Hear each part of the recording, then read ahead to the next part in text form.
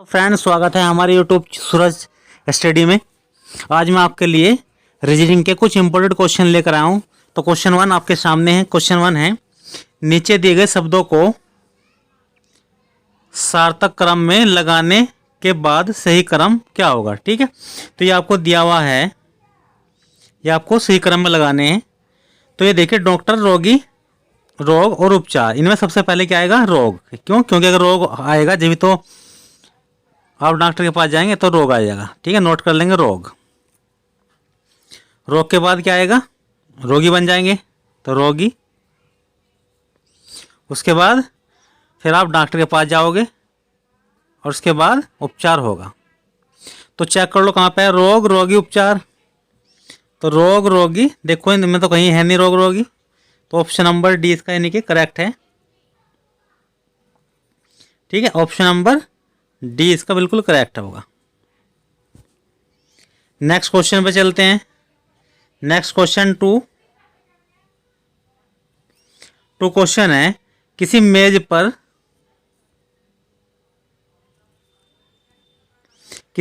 पर 3 पुस्तकें एक के ऊपर एक रखी गई है। यदि भूगोल की पुस्तक इतिहास की पुस्तक से ठीक नीचे रखी गई हो और अर्थशास्त्र की पुस्तक सबसे ऊपर न हो, तो बताओ कि मध्य में कौन सी पुस्तक रखी गई है। ठीक है, तो आपको बस क्वेश्चन आपको ध्यान से पढ़ना आना चाहिए। अब देखो, उसमें कहा भूगोल की जो पुस्तक है वो इतिहास की पुस्तक से नीचे है। इतिहास की पुस्तक से नीचे भूगोल की पुस्तक है, तो आप लिख लो, यानी कि हिस्ट्री की जो पुस्तक है वो सबसे ऊपर है, उसके नीचे क्या है? आपकी भूगोल की। ठीक है, और लास्ट में फिर ने कहा अर्थशास्त्र की पुस्तक सबसे ऊपर न रखी गई हो। ऊपर आप रख नहीं सकते अर्थशास्त्र की पुस्तक, तो रखेंगे इसके नीचे। ठीक है, रख लेंगे इसके नीचे इकोनॉमिक्स की पुस्तक। यो इकोनॉमिक्स की पुस्तक रख लिया अपन ने। तो आपको बताना कि मध्य में कौन सी पुस्तक रखी गई है। तो मध्य में आप देख रहे होंगे, ये लो, जियोग्राफी। ठीक है, भूगोल, यानी कि ऑप्शन नंबर बी इसका बिल्कुल सही है। नेक्स्ट चलते हैं,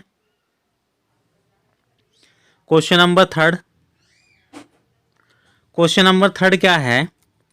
अकरम, विकास, करण और दिनेश एक गोल मेज के इर्द गिर्द अस्थायी रूप से कुर्सियों में बैठे हैं, किंतु यह आवश्यक नहीं कि उनके बैठने का स्थान यही हो। तो यह देखा गया। ठीक है, आप कंडीशन बता रहे कैसे बैठे, आगे पढ़ लो।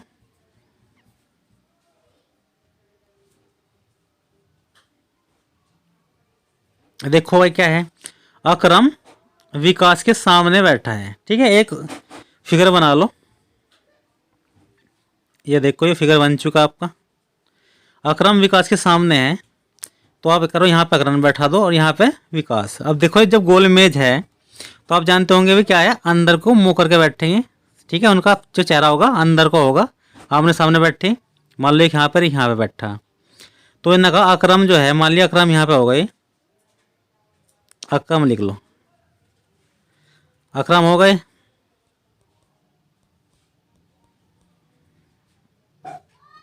ठीक है, अकरम, और ये होगा आपका विकास।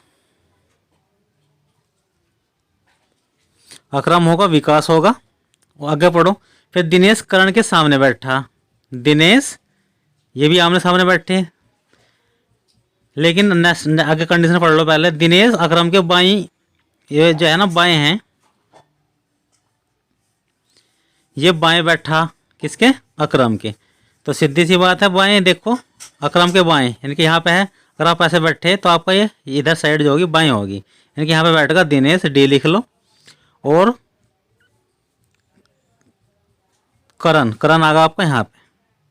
ठीक है, ये आपका करण बन चुका है। आपका फिगर कंप्लीट हो चुका। अब इस फिगर को देखकर आपको आंसर देने हैं। ठीक है, आप फिगर ध्यान से देख लें। अब आगे क्वेश्चन पे चलते हैं।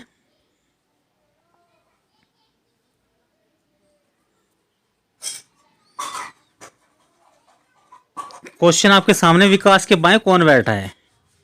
ठीक है, फिगर को देखो ध्यान से और आंसर दो। विकास के बाएं कौन बैठा है?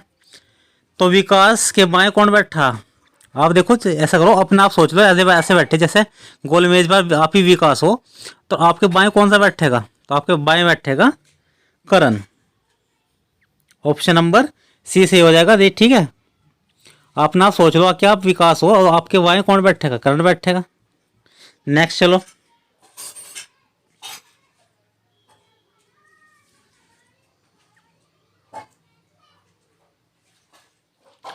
नेक्स्ट क्वेश्चन है आपका, निम्नलिखित में से कौन दिनेश के बाएं अथवा दाएं नहीं है। ठीक है, बाएं और दाएं कौन नहीं है, तो आप चित्र देखो ध्यान से, बाएं दाएं किसके, दिनेश के। तो दिनेश के बाएं और दाएं नहीं बैठा हो, हमें बताना विकास दिनेश के। ठीक है, दिनेश है, दिनेश के ना दाएं हो ना बाएं हो, कोई भी बताओ कौन है, तो यह है करण। ठीक है, ऑप्शन नंबर इसका भी डी ठीक हो जाएगा। ठीक है, क्योंकि आपने देखा होगा फिगर ये था हमारा, यहाँ पे कौन था, अकरम, यहाँ पे दिनेश, यहाँ पे करण, और यहाँ पे कौन था, विकास। अब उसने कहा दिनेश के बाएं और दाएं, देखो ये बाएं और दाएं हो गए, तो ये तो बैठेगा आपका। ठीक है, तो ऑप्शन नंबर डी होगा। नेक्स्ट चलो,